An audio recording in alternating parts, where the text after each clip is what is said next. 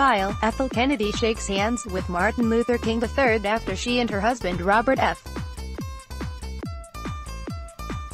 Kennedy, Center, visited his mother Coretta Scott King at her Atlanta home, April 8, 1968. Another of the slain civil rights leader's sons, Dexter, is at left.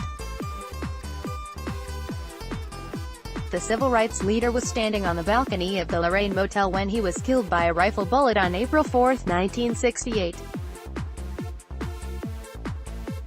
James Earl Ray pleaded guilty to the killing and was sentenced to 99 years in prison. He died in prison in 1998. AP photo, by Leonard Pitts, Jr. Miami Herald. It made my mother scream. That's what I remember. I had been lying dozy in bed, but at the sound of her, I scrambled into the living room. She was standing before the television watching an image of chaos in a hotel ballroom. Get editorials, opinion columns, letters to the editor and more in your inbox weekday mornings. Sign up for the Opinion newsletter. Although I grew up in the 1960s, very few of the signal events of that tumultuous decade managed to penetrate my childish, oblivious world. I have little first-hand memory of the Watts Uprising, the 1968 Democratic Convention, or the moon landing. But I remember the night, 50 years ago this week, when Sen. Robert F. Kennedy was shot. I remember that scene in the ballroom. I remember a crude graphic on TV news showing where a bullet had entered his skull. I remember hearing that he had 11 children and feeling sorry for them that this had happened to their daddy. But then, you tend to remember the things that make your mother cry. In many ways, Bobby Kennedy was an unlikely figure for Mom's great grief, a slightly built rich man with an upper-crust accent, sad eyes, a rabbity smile, and that shaggy forelock he was forever sweeping off his forehead. Because he was the runt of a rough-and-tumble clan, he was always obsessed with proving his toughness. So as a Senate lawyer, as a campaign manager for his brother Jack, as Attorney General, Bobby was the unwavering scourge of communists, gangsters and anyone. He famously approved the wiretap of Martin Luther King. After all, he felt threatened his brother's political fortunes. Then Jack was killed. In the 5 years between that tragedy and his own assassination in Los Angeles while running for president, a different Robert Kennedy emerged. He's the one my mother mourned, the one whose example haunts this fractured political moment. He's the one who went to Bed-Stuy, Appalachia and other broken places politicians often do not go. He's the one who went to California to join Cesar Chavez as he ended a 25-day hunger strike.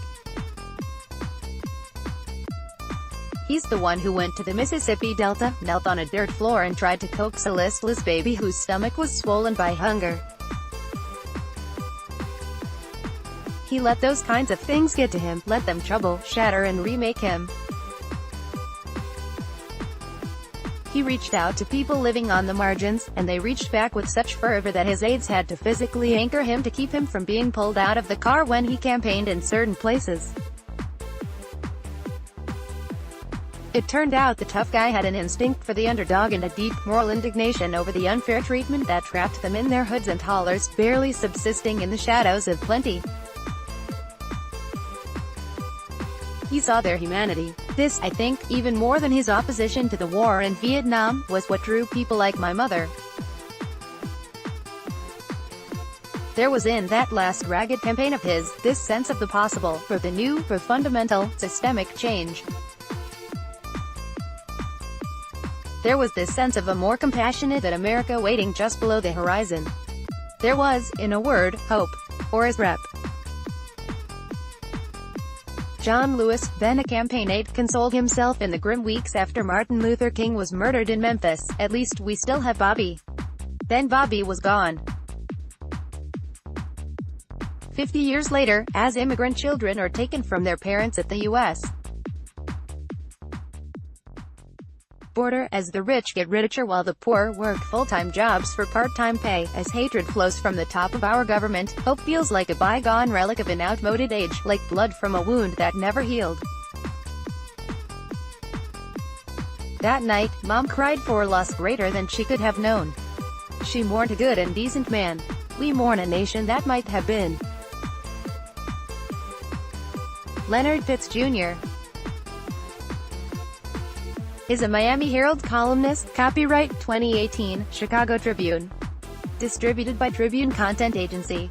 You might also like Anwar intervenes as tensions surface in PKR leadership. The new paper. Apply for credit cards on bankbazaar.sg and get an www.bankbazaar.sg. Why is diabetes such a serious problem in Asia? We are what we eat, really. First review of Employment Act in 6 years. Business times. Being debt-free is within range, with these lowest. Singsaver.com.sg. Sydney's sumptuous sustainable cuisine. Intercontinental hotels.